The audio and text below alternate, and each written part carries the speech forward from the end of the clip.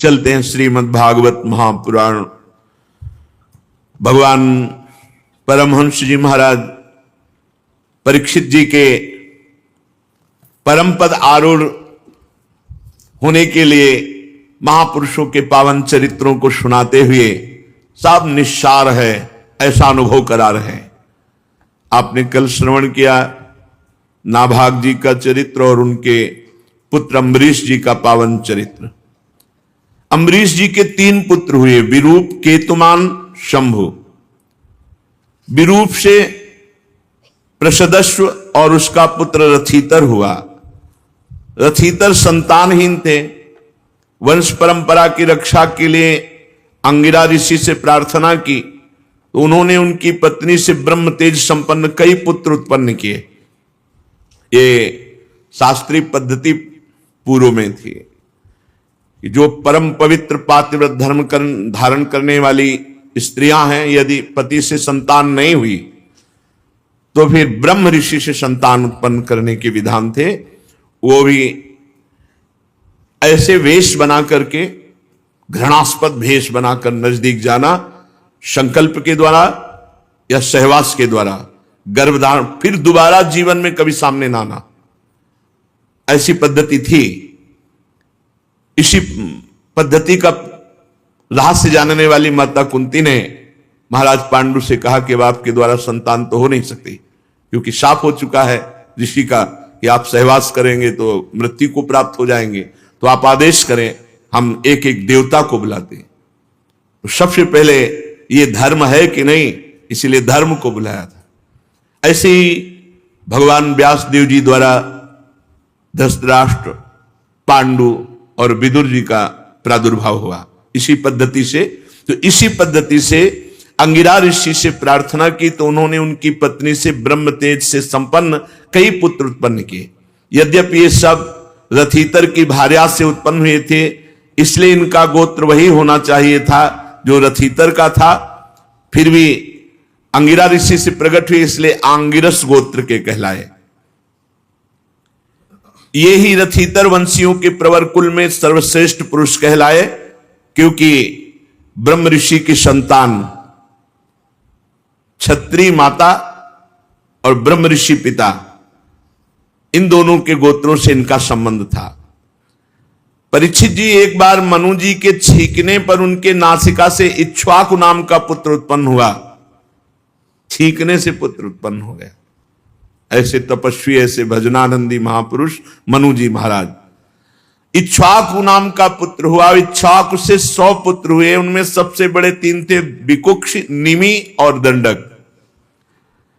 परीक्षित उनसे छोटे 25 पुत्र आद्यावर्त के पूर्व भाग के और 25 पश्चिम भाग के तथा उपर्युक्त 3 मध्य भाग के अधिपति हुए। शेष 47 दक्षिण आदि अन्य प्रांतों के अधिपति हुए। एक बार राजा इक्ष्वाकु ने अष्टका श्राद्ध के समय अपने बड़े पुत्र को आज्ञा दी, विकुक्षे शीघ्र ही जाकर श्राद्ध के योग्य पवित्र पशुओं का मांस लाओ। वीर विकुक्षी ने बहुत अच्छा कहकर वन की यात्रा की और श्राद्ध के लिए शिकार किया। वो थक गया था, भूख भी लगाई थी, इसलिए ये बात भूल गए कि जो श्राद्ध के लिए शिकार किया उसे कभी खाना नहीं चाहिए, और उसने भूख के कारण खा लिया और बचा हुआ ला करके अपने पिता को दिया।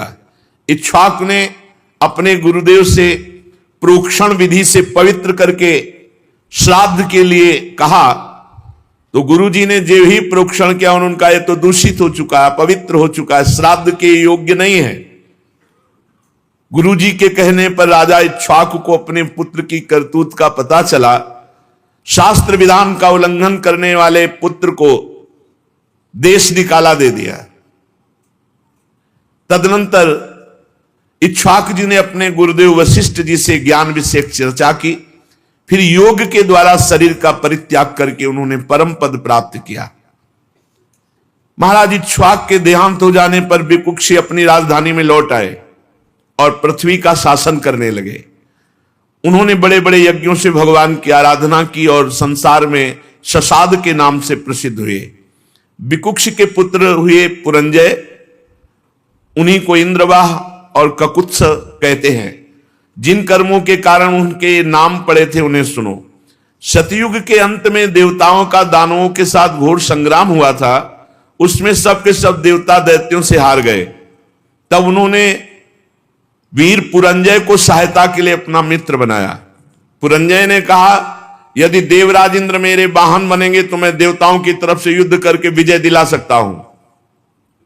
पहले तो इंद्र ने अस्वीकार किया, परंतु देवताओं की प्रार्थना पर सर्वशक्तिमान विश्वात्मा भगवान की इच्छा मानकर एक बड़े भारी बैल के रूप में इंद्र बन गए।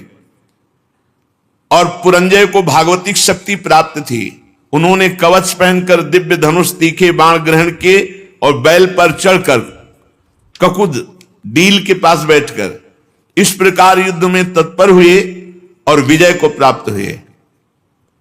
वीर पुरंजय ऐसा रोमांचकारी युद्ध किया जिससे दैत्य सब परास्त हो गए। बाणों की मानो प्रलयंकारी वर्षा की, क्योंकि उनको भागवतिक शक्ति प्राप्त थी। रणभूमि छोड़कर सब भाग पड़े। पुरंजय ने नगर धन ऐश्वर्य सब कुछ जीतकर इंद्र को दे दिया। इसी से उन राजर्षि को पुर जीतने के कारण पुरंजय, इंद्र को वाहन बनाने के कारण इंद्रवाह, बैल के कुकुट पर बैठने के कारण ककुत्सद कहा जाता है। पुरंजय का पुत्र हुआ अनेना, उसका पुत्र पृथु, पृथु के विश्वरंदी, उनके चंद्र और चंद्र के महाराज युवनाश्व हुए। युवनाश्व के पुत्र हुए सावस्त, जिन्होंने सावस्तीपुरी बसाई। सावस्त के बृहदस्व और उनके कोलाश्व, ये बड़े बलवान थे। इन्होंने उतंक ऋषि को प्रसन्न करने के लिए 21,000 पुत्रों को साथ लेकर धुंध नामक दैत्य का वध किया। इसी से उनका नाम हुआ धुंधमार। धुंध दैत्य के मुख की आग से उनके सब पुत्र जल गए, केवल 3 ही बच रहे थे। परीक्षित बचे हुए पुत्रों के नाम थे दृढ़ाश्व, कपिलाश्व और भद्राश्व। दृढ़ाश्व से हर्यश्व और उनसे निकुंभ का जन्म हुआ।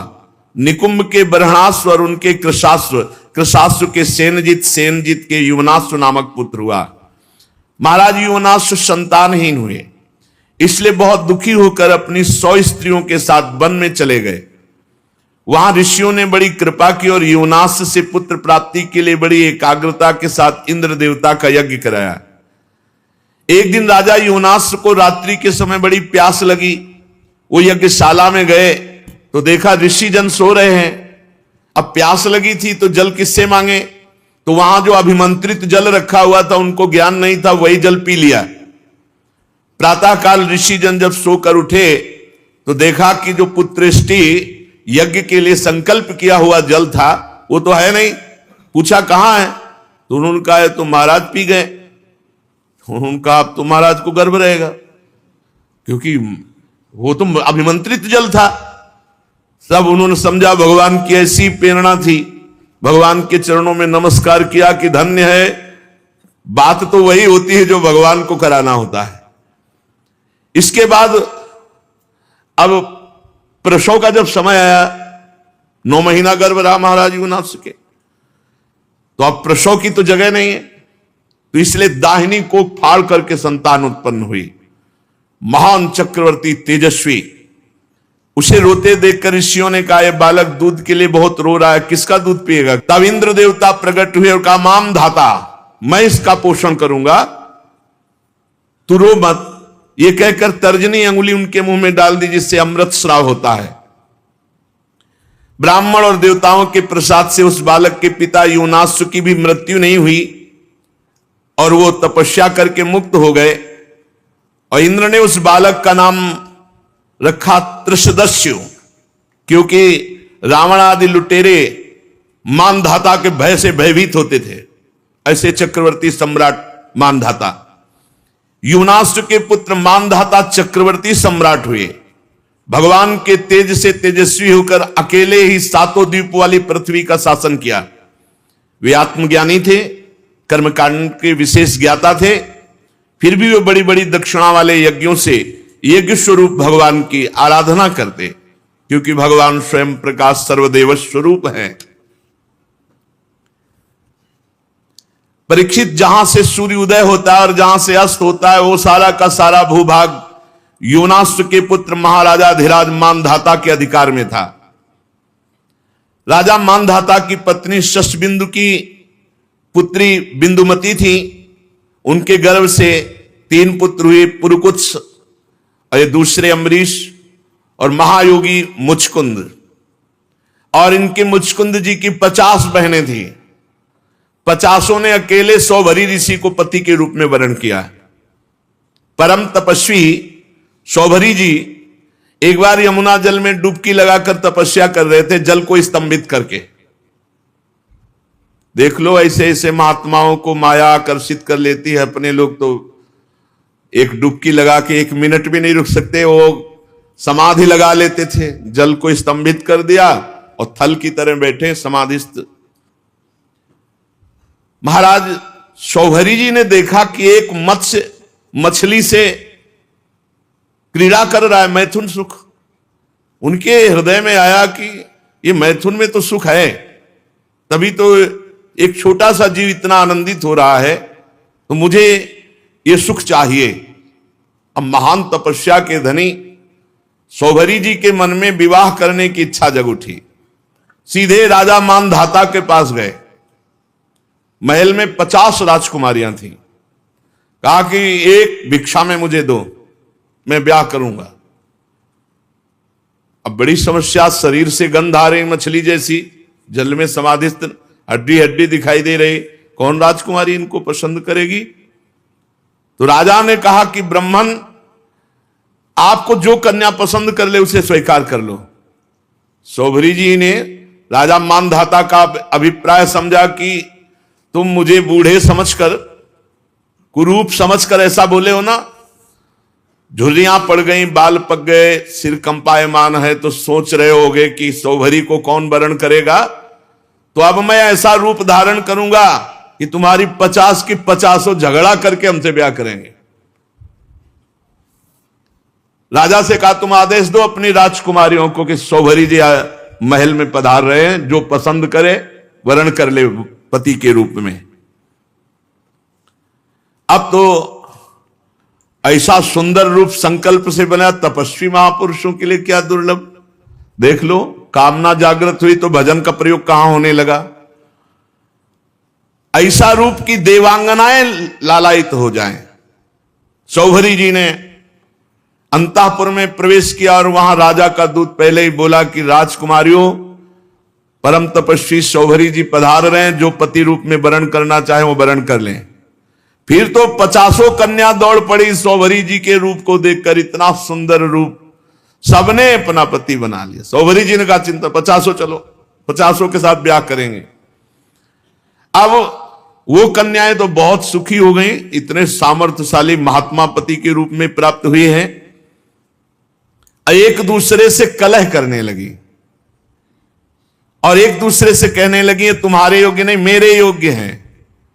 ऋग्वेदी सौभरी जी ने कहा 50 के योग्य है, चलो। और अपनी तपस्या के प्रभाव से नई सृष्टि की। महल, उपवन, नगर, सबकी रचना यमुना किनारे की। सौगंधिक पुष्पों के बगीचे, परिपूर्ण कमलों से सरोवर, बगीचों में बहुत सुंदर सुंदर स्थान, महल, बहुमूल्य शैया, आसन, वस्त्र, आभूषण, स्नान, सुस्वादु भोजन, पुष्पमाला, दास दासियां सब प्रकट कर दी तपस्या से। जैसे राजा की बिरुदावली का बखान करते सूत मागध बद्दीजन, वैसे ही पूरा सब वैभव। जब 50 से ब्याह करके चल रहे थे तो मानधाता को लग रहा था कि भोजन की व्यवस्था कैसे होगी। तो कहा, कल यमुना किनारे आ जाना। तो सप्त द्वीपवती पृथ्वी के स्वामी मानधाता जी ने जब सौभरी जी के तप का प्रभाव देखा तो आश्चर्यचकित हो गए। उनके पास भी वो भोग सामग्री नहीं थी जो सौभरी जी के पास थी। तपस्या, उनका एक गर्व जाता रहा कि मैं सार्वभौम सम्राट हूं। सौभरी जी गृहस्थी के सुख में रम गए, अपने निरोग इंद्रियों से विषयों का सेवन किया। पर विषय सेवन से कभी काम तृप्ति थोड़ी होती। जैसे घी की बूंदों से आग तो और लपट बढ़ती है, ऐसे ही उनका असंतोष बढ़ा भोगों का। 50 राजकुमारियां, वैभव, सब सुख। ऋग्वेदाचार्य सौभरी जी एक दिन यमुना जी के तट पर बैठे और विचार किया कि अरे एक क्षण का कुसंग, मछली के एक क्षण के कुसंग से मेरी ये स्थिति हो गई कि मैंने सारी तपस्या खो दी केवल भोगों के लिए। अरे मैं तो बड़ा तपस्वी संयमी था, ये मुझसे चूक कैसे हो गई? ये मेरा आधा पतन तो देखो। मैं दीर्घ काल से अपने ब्रह्म तेज को अक्षुण्ण रख रहा था, परंतु जल के भीतर विहार करती हुई एक मछली के संसर्ग से मेरा ब्रह्म तेज नष्ट हो गया। अतः संगम त्यजेत मिथुन व्रतिनाम मुमुक्षु सर्वात्मना न विसृजेत बहिरिंद्रियाणि एकश्चरन् रहस्य चित्तमनन्तै से युञ्जीत तद्व्रति सुसाधु सुचेत प्रसंगः। मुमुक्षु को चाहिए, साधक को चाहिए, जो भगवत प्राप्ति करना चाहता है, मैथुन धर्म से युक्त किसी भी प्राणी पर दृष्टि न डाले, ना उनका संग करे। चाहे पशु पक्षी ही क्यों ना मैथुन कर रहे हो, अचानक दृष्टि चली गई, नीचे करो और नाम जप करो, दोबारा उधर मत देखना। दोबारा देखा तो घटना घटेगी जीवन में, उसका संकल्प बनेगा, क्रिया में उतर जाओगे। संगम त्यजेत मिथुन व्रतिनाम मुमुक्षु, जो मुक्त होना चाहता है ऐसे व्रत वाला साधक कभी किसी जीव को मैथुन करते हुए ना देखे। अगर एक बार दृष्टि चली जाए तो तुरंत वहां से हटा के नाम जप में लगावे। सर्वात्मना न विसृजेत बहिरिंद्रियाणि, सदैव अपनी इंद्रियों को अंतर्मुख रखे, बहिर्मुख न छोड़ दे, स्वतंत्र रूप से इंद्रियों को बहिर्मुख ना होने दे। एकश्चरन्, अकेला रहे, चित्त मनंतई से, अपने चित्त को सर्वशक्तिमान भगवान में ही केवल जोड़े। चित्त का चिंतन विषय ना होना चाहिए, परमात्मा होना चाहिए। एकश्चरन् रहस्य चित्त मनंतई से युंजीत तद्व्रति सुसाधु सुचेत प्रसंगा।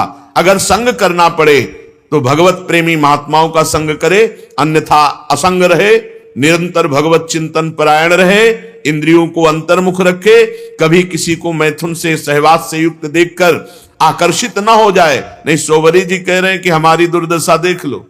विघ्न से बचने के लिए जल को स्तंभित करके भजन कर रहे थे, वही विघ्न पड़ गया। भगवान नाम निरंतर जपो, इंद्रियों को स्वतंत्रता मत दो, कोई बहिर्मुख दृश्य ऐसा मोबाइल में या बाहर मत देखो जो तुम्हें भगवत विमुख कर दे। देखो, मैं पहले एकांत में अकेले तपस्या में संलग्न था, फिर मछली का मैथुन देखा। मोबाइल में गलत दृश्य देखने वाले कैसे संभल सकते हैं? जब मछली की क्रीड़ा देखकर एक महात्मा 50 ब्याह करता है, तो तुम मनुष्य की क्रीड़ा देखोगे सर्च करके, गंदी गंदी बातें देखोगे, इधर उधर की नाटक नौटंकी देखोगे, तुम भजन करोगे? ये बहुत बड़ी कलयुग की कुचाल है मोबाइल। अगर इससे काम ले पावे तो अपने बस जो महापुरुषों के वचन सुन लो, या जो अत्यंत आवश्यक कार्य कर लो, नहीं तो स्विच ऑफ करके रख दो। अगर बार बार उसको देखना और किसका मैसेज और सब, तो फिर वो आकर्षण चित्त में ऐसा बैठेगा कि एकांत में गंदी बातें देखने लगोगे। मतलब अगर मोबाइल से सही प्रयोग ना हुआ तो मोबाइल ही काफी है साधक को भ्रष्ट करने के लिए, नष्ट करने के लिए। इसलिए मैं पहले एकांत में अकेले तपस्या में संलग्न था। मछली की मैथुन क्रीड़ा देखकर 50 विवाह किए, फिर संतान से 5000 हो गई। कहां अकेला और कहां 5000 के बीच में।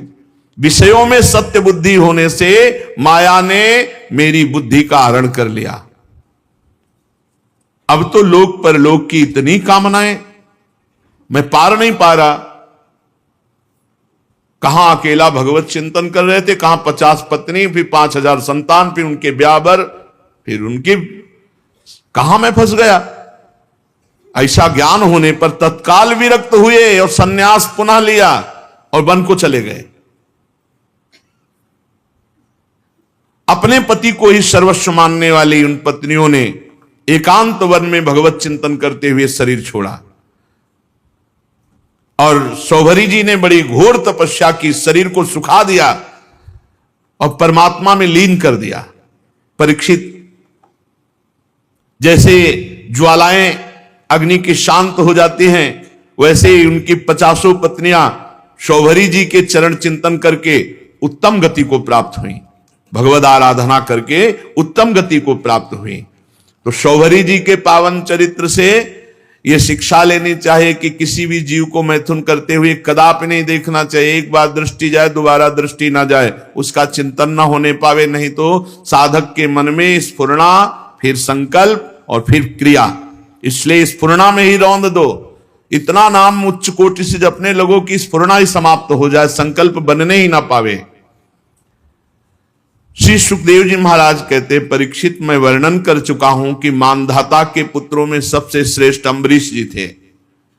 उनके दादा युवनाश्व ने उन्हें पुत्र रूप में स्वीकार कर लिया। उनका पुत्र युवनाश्व का हारित मानधाता के वंश में 3 अवान्तर गोत्रों के प्रवर्तक हुए। नागों ने अपनी बहन नर्मदा का विवाह पुरुकुत्स से कर दिया। नागराज वासुकी की आज्ञा से नर्मदा अपने पति को रसातल में ले गई और वहां भगवान की शक्ति से संपन्न होकर पुरुकुत्स ने वध करने योग्य गंधर्वों को मार डाला। इस पर नागराज ने प्रसन्न होकर पुरुकुत्स को वर दिया कि जो इस प्रसंग का स्मरण करेगा उसे सर्पों से कोई भय नहीं रह जाएगा। राजा पुरुकुत्स का पुत्र त्रषदस्य था, उसके पुत्र हुए अनरण्य, अनरण्य के हर्यश्व, उसके अरुण और अरुण के त्रिबंधन, त्रिबंधन के पुत्र सत्यव्रत हुए। यही सत्यव्रत त्रिशंकु के नाम से विख्यात हुए। यद्यपि त्रिशंकु अपने पिता और गुरु के साथ से चांडाल हो गए थे, परंतु विश्वामित्र जी के प्रभाव से सशरीर स्वर्ग चले गए। जब देवताओं ने देखा अनाधिकारी तप के बल से स्वर्ग भेजा गया तो वहां से ढकेल दिया और वे नीचे को सिर किए हुए गिर पड़े। परंतु विश्वामित्र जी के तपोबल से वो आकाश में ही स्थित है, न स्वर्ग मिला न ये लोग बीच में टंगे हुए हैं। त्रिशंकु जी वे अब भी आकाश में लटके हुए हैं। त्रिशंकु के पुत्र थे हरिश्चंद्र जी। उनके लिए विश्वामित्र और वशिष्ठ एक दूसरे को शाप देकर पक्षी हो गए और बहुत वर्षों तक लड़ते रहे। हरिश्चंद्र के कोई संतान न थी, इससे वो बहुत उदास रहा करते थे। नारद जी के उपदेश से वे वरुण देवता की शरण में गए, उनसे प्रार्थना की कि प्रभु मुझे पुत्र प्राप्त हो। महाराज मेरे वीर पुत्र होगा तो मैं उसी से आपका यजन करूंगा। वरुण देवता ने कहा ठीक है। तब वरुण की कृपा से हरिश्चंद्र के रोहित नाम का पुत्र हुआ। पुत्र होते ही वरुण ने आकर कहा हरिश्चंद्र तुम्हें पुत्र प्राप्त हो गया, अब इसके द्वारा मेरा यज्ञ करो। हरिश्चंद्र ने कहा जब आपका ये रोहित 10 दिन से अधिक का हो जाएगा तब यज्ञ योग्य होगा। 10 दिन बीतने पर वरुण जी ने आकर के आप मेरा यज्ञ करो। हरिश्चंद्र ने कहा जब आपका ये रोहित मुंह में दांत निकल आएंगे तब यज्ञ के योग्य होगा। दांत उगाने पर वरुण देवता ने कहा तो दांत निकल आए, मेरा यज्ञ करो। हरिश्चंद्र ने कहा जब इसके दूध के दांत गिर जाएंगे तब ये यज्ञ के योग होगा। जब दूध के दांत गिर गए तो वरुण देवता ने कहा अब तो मेरा यज्ञ करो। हरिश्चंद्र ने कहा जब दोबारा दांत आ जाएंगे तब ये यज्ञ के योग्य होगा। दांतों के उगाने पर वरुण ने कहा मेरा यज्ञ करो। हरिश्चंद्र ने कहा महाराज क्षत्रिय राजकुमार तब यज्ञ के योग्य होता है जब वो कवच धारण करने लगे। राजा हरिश्चंद्र पुत्र के प्रेम से ऐसा टालते रहे। उनका हृदय पुत्र प्रेम में जकड़ा हुआ था। जो जो समय बताते वरुण देवता उसी की बाट देखते। जब रोहित कुंवर को इस बात का पता चला कि पिताजी तो मेरा बलिदान करना चाहते हैं तो अपने प्राणों की रक्षा के लिए हाथ में धनुष लेकर वन में चले गए। कुछ दिन के बाद उन्हें मालूम हुआ कि वरुण देवता ने रुष्ट होकर मेरे पिताजी पर आक्रमण किया है, जिसके कारण वे महोदर रोग से पीड़ित हो रहे। तब रोहित अपने नगर की ओर चल पड़ा, परंतु इंद्र ने आकर उसे रोक दिया। कहा बेटा रोहित यज्ञ पशु बनकर मरने की अपेक्षा है पवित्र तीर्थ और क्षेत्रों का सेवन करते हुए पृथ्वी में विचरण करना। इंद्र की बात मानकर वो 1 वर्ष तक और वन में ही रहे। इस प्रकार दूसरे, तीसरे, चौथे और 5वें वर्ष जहां जाने का विचार करते तो इंद्र देवता कोई न कोई रूप रख कर आते और उसे रोक देते। 6 वर्ष तक रोहित वन में ही रहे। 7वें वर्ष जब वो अपने नगर को लौटने लगे तो उसने अजीगर्त से उनके मंझले पुत्र शुनासेप को मोल ले लिया और उसे यज्ञ पशु बनाने के लिए अपने पिता को सौंपकर उनके चरणों में नमस्कार किया। तब परम यशस्वी श्रेष्ठ चरित्र वाले राजा हरिश्चंद्र ने महोदर रोग से छूटकर पुरुषमेध यज्ञ के द्वारा वरुण आदि देवताओं का यजन किया। उस यज्ञ में विश्वामित्र जी होता हुए, परम संयमी जमदग्नि जी ने अध्वर्यु का काम किया, वशिष्ठ जी ब्रह्मा बने, अयास्य मुनि सामगान करने वाले उद्गाता बने। उस समय इंद्र ने प्रसन्न होकर हरिश्चंद्र को एक सोने का रथ दिया। आगे चलकर मैं सुनासेब का महात्म वर्णन करूंगा। हरिश्चंद्र को अपनी पत्नी के साथ सत्य में दृढ़ता पूर्वक स्थित देकर विश्वामित्र जी बहुत प्रसन्न हुए। विश्वामित्र जी ने बड़ी कठोर परीक्षा ली हरिश्चंद्र जी की। एक दिन महाराज हरिश्चंद्र जी अपने राज्य के वन में भ्रमण कर रहे थे तो आवाज आई कुछ स्त्रियों की, रक्षा करो रक्षा करो। महाराज हरिश्चंद्र ने विचार किया कि हमारे राज्य में कोई व्यभिचारी तो है नहीं जो ऐसा कर सके। उनके राज्य में कोई ऐसा नहीं था। बहुत कठोर शासन हरिश्चंद्र जी का। ये अयोध्या के चक्रवर्ती सम्राट थे, धर्मात्मा, प्रजापालक, दानवीर, भगवत भक्त और धर्मनिष्ठा का ऐसा प्रभाव कि इनके राज्य में कोई किसी माता बहन की तरफ गंदी दृष्टि से भी नहीं देख सकता था। इसीलिए उनके राज्य में किसी की अकाल मृत्यु नहीं होती, किसी को रोग नहीं होता। पूर्ववासियों में बड़ी धर्म की रुचि थी। तो जब एक दिन जंगल में शिकार खेलने गए तो वहां कुछ स्त्रियां पुकार रही थी और कह रही थी हमें बचाओ हमें बचाओ। राजा ने शिकार खेलना छोड़कर उनके समीप गए और कहा डरो मत, हमारे राज्य में ऐसा दुष्ट बुद्धि वाला तो कोई है ही नहीं जो इस अन्याय करके किसी स्त्री को ऐसे, डरो मत। तो शांत हो गई। पास में देखा विश्वामित्र जी खड़े थे और वो स्त्रियां और कोई नहीं थी, विद्याएं थी जो अपने तपोबल से समस्त विद्याओं को अधीन विश्वामित्र जी कर रहे थे। मूर्तिमती विद्या स्त्री होकर क्रंदन कर रही थी और विश्वामित्र जी उन्हें अधीन कर रहे थे। जब उन्होंने कहा ऐसा कोई दुष्ट बुद्धि वाला हमारे राज्य में है ही नहीं, कौन है जो तुम्हें सता रहा है? तो विश्वामित्र जी ने कहा सता तो हम रहे तो दुष्ट बुद्धि के हम हुए। और भारी क्रोध आ गया। जो ही क्रोध आया सो तप में क्रोध आना हानि का विषय, विद्याएं सब अंतर ध्यान हो गई। विश्वामित्र जी ने कहा इतना तप करने के बाद मैंने अपने क्रोध को संभाला था और विद्याओं को अधीन किया, तुमने मुक्त करा दिया, तुम बड़े दयालु हो। गुस्सा में कहा। हरिश्चंद्र जी ने हाथ जोड़कर विनय पूर्वक कहा मुनि, मैं राज्य धर्म का पालन कर रहा हूं। राजा का कर्तव्य है यदि कोई अनाथ, कोई शरणागत किसी भी तरह सताया जाता है तो उसकी रक्षा करना कर्तव्य है। अच्छा तो फिर मेरी भी रक्षा करो, मेरी इच्छा अनुसार दान करो। राजा ने कहा आदेश कीजिए। तो उनका इस समय तुम्हारे पास क्या है? घोड़ा, खजाने की चाबी, दो। दान ले लिया और कहा दक्षिणा में हमें प्रचुर स्वर्ण चाहिए। कहा दिया, ठीक, चलो दक्षिणा दो। तो उनका खजाने तो पहुंचे। बोले मिथ्यावादी, जब खजाने की चाबी दे दी तो खजाना तेरा कैसे? हाँ ये बात तो है। और घोड़ा दे दिया तो जहां तक घोड़े की टाप गई सारा राज्य मेरा। बहुत दानी बनता है, बहुत उदार बनता है, विद्याओं की रक्षा करेगा तू, अब दे। तो उनका महाराज चिंता मत करो, हमारे राज्य में तो हमको कोई खरीदेगा नहीं और वो राज्य अब आपका हो चुका है। इसलिए राजा ने विचार किया कि सभी शास्त्र पुराण कहते हैं काशीपुरी भगवान शंकर के त्रिशूल पर बसी है और उसके अधिपति देवादिदेव महादेव हैं।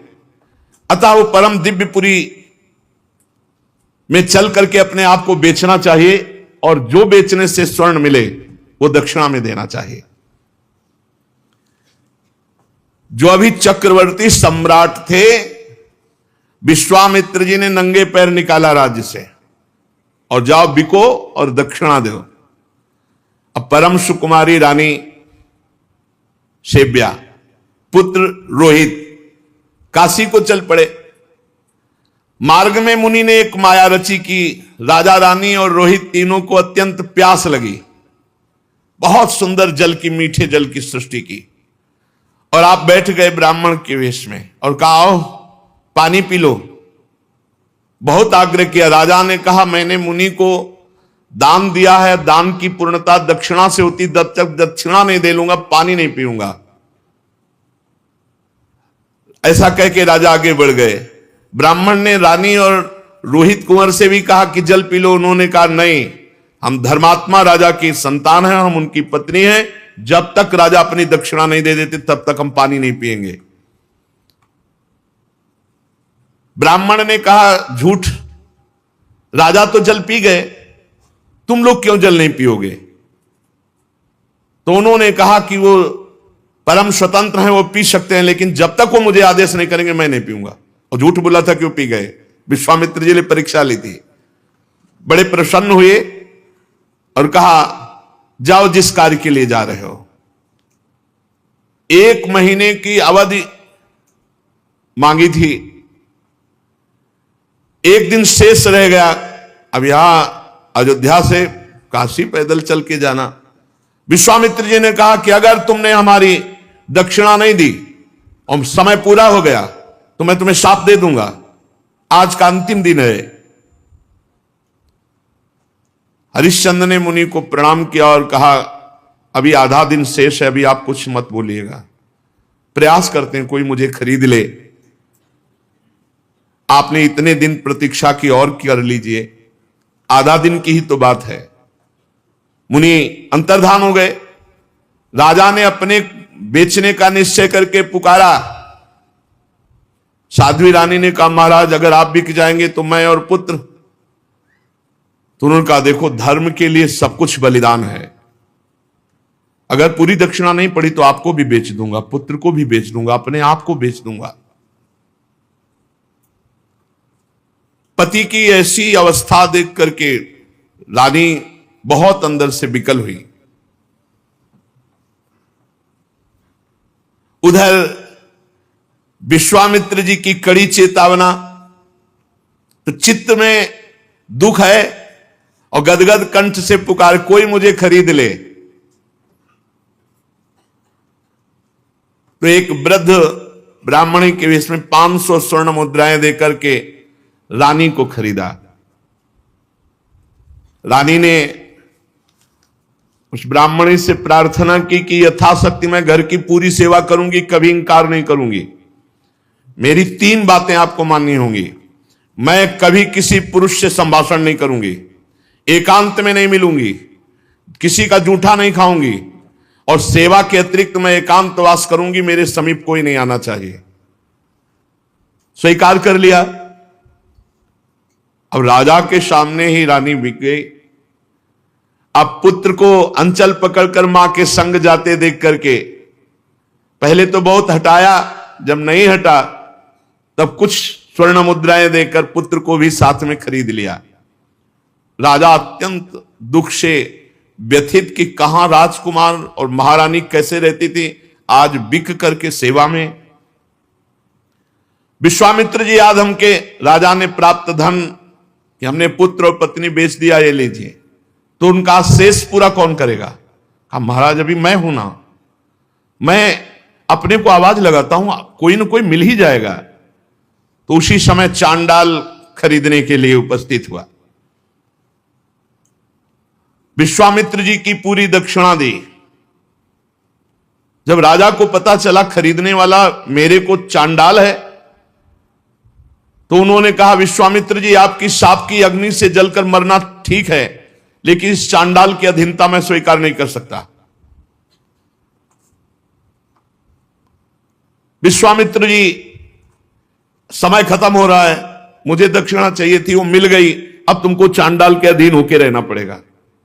अब तो उसकी इच्छानुसार बनकर के दास सेवा करनी होगी। विश्वामित्र जी ने कहा 1 अरब स्वर्ण मुद्रा दी है, हरिश्चंद्र तुम्हारे को खरीद लिया इस चांडाल ने। बड़ी विडंबना, चक्रवर्ती सम्राट चांडाल के अधीन। उन्होंने कहा स्मशान में पहरा दो। रात्रि में स्मशान के पहरा में काम में लगा दिया। अब और दिन रात लाठी लिए हुए मरघट में सौदा करने वालों से कर वसूल करते। जहां सैकड़ों दासियां सेवा में रहती थी, वहां महारानी दासी बनकर के ब्राह्मणी के यहां सेवा में झाड़ू लगाना, घर लीपना, जल भरना, ये सब। और राजकुमार रोहित को भी सेवा दी गई थी, पुष्प चयन करके लाओ। विश्वामित्र जी को इतने पे भी संतोष नहीं हुआ। चांडाल की आज्ञा से नादों में जल भरते थे और विश्वामित्र जी उन नादों को फोड़ देते। जब जल बह जाता तो चांडाल आकर बहुत तिरस्कार करता हरिश्चंद्र का, हाथ जोड़े सर झुकाए खड़े रहते हरिश्चंद्र। एक दिन पुष्प चयन करने के लिए संध्या के समय राजकुमार रोहित गया तो वहां सर्प ने डस लिया। तत्काल प्राणांत हो गया बालक का। अब महारानी जिस पुत्र का मुख देखकर जीवित थी, वो पुत्र विधाता ने छीन लिया। दुख पे अपार दुख। रात्रि का घोर अंधकार, आकाश में मेघ आच्छन्न है। अकेली पुत्र के शव को लोग लेकर रोती हुई जा रही, वहां कोई साथ नहीं, कोई ब्राह्मणी साथ नहीं। श्मशान में पहुंची,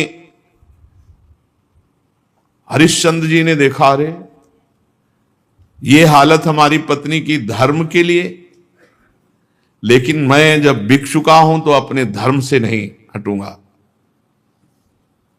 रानी विवश में ही रात में सौ लेकर श्मशान जब गई तो वहां बहुत जोर के रोती हुई हरिश्चंद्र से कहा कि तुम्हारा पुत्र पधार गया है, सर्प ने काट लिया है। हरिश्चंद्र बोले, श्मशान के स्वामी का पहले कर दो, फिर आपके लिए बिक गई हूं, आपके लिए बिकी हूं पुत्र के सही। तो पुत्र पधार गया है, हमसे कह रहे हो कर दो, कहां से दूं, क्या है हमारे पास। अयोध्या नरेश चक्रवर्ती सम्राट महाराज हरिश्चंद्र वज्रपात मानो हो गया हो, लेकिन हिले नहीं, अपने धर्म में रहे। उन्होंने कहा कि तुम कल्पना भी नहीं कर सकती हो कि हरिश्चंद्र का हृदय इस समय कैसा है। देवी, आज्ञा का पालन, अपने स्वामी को कर दिए बिना यहां हम सौदाह या प्रवाह नहीं होने देंगे। तुम अपने धर्म का पालन करो और मैं अपने धर्म का पालन करूंगा। देखो, तुम तनिक भी डिगना नहीं, भारी से भारी संकट आने पर भी तुम अपने धर्म में स्थित रहना, धर्म तुम्हारी रक्षा कर लेगा। सौ ढकने के लिए कोई वस्त्र तो था नहीं, तो अपने जो शरीर में वस्त्र था उसके पहला ही टुकड़ा करके लपेट के लाई थी। पतिव्रता ने दूसरा उसी कपड़े का जैसा हिस्सा फाड़ा और कहा कि ये कर के रूप में ले लो। जे ही उन्होंने लिया तो विश्वामित्र जी प्रकट हुए और कहा कि आपने वो करके दिखाया, कोई मैं एक महात्मा के वचनों का पालन करने के लिए या धर्म के पालन के लिए इस तरह अपने जीवन को, राज्य को, परिवार को। उसी समय जो चांडाल ने खरीदा था वो प्रकट हुए और कहा, जानते हो मैं मूर्तिमान धर्म हूं, तुम्हें दास कौन बना सकता है। जो धर्मात्मा पुरुष है उसको किसी की त्रिभुवन में ताकत नहीं कि उसे दास बना सके। साक्षात धर्म, साक्षात धर्म ने ही चांडाल रूप होकर के खरीदा था। साक्षात अंबा अन्नपूर्णा ने ही, जो ब्राह्मणी के वेश में थी, वो कुंवर को और रानी को खरीदा था। देवराज इंद्र ने अमृत की वर्षा की, रोहित कुंवर जीवित हो गए। विश्वामित्र जी ने कहा, ये अपनी चाबी पकड़ो और ये लगाम घोड़े की, जाओ तुम्हारी जय हो, तुम माया पर विजय प्राप्त कर चुके हो। देवराज ने कहा कि अब तुम्हें मृत्युलोक का राज्य करने की जरूरत नहीं, सशरीर स्वर्ग की यात्रा करो। हरिश्चंद्र ने कहा, नहीं, मर्यादा है, धर्म कहता है तो पहले यहां हम तप के द्वारा शरीर छोड़ेंगे, फिर जो भगवान गति देंगे। तो अयोध्या में पुनः महाराज हरिश्चंद्र जी आए। प्रजा जय जयकार करती हुई बहुत सुख में निमग्न हुई। सत्यात परो धर्म, सत्य से बढ़कर कोई परम धर्म नहीं।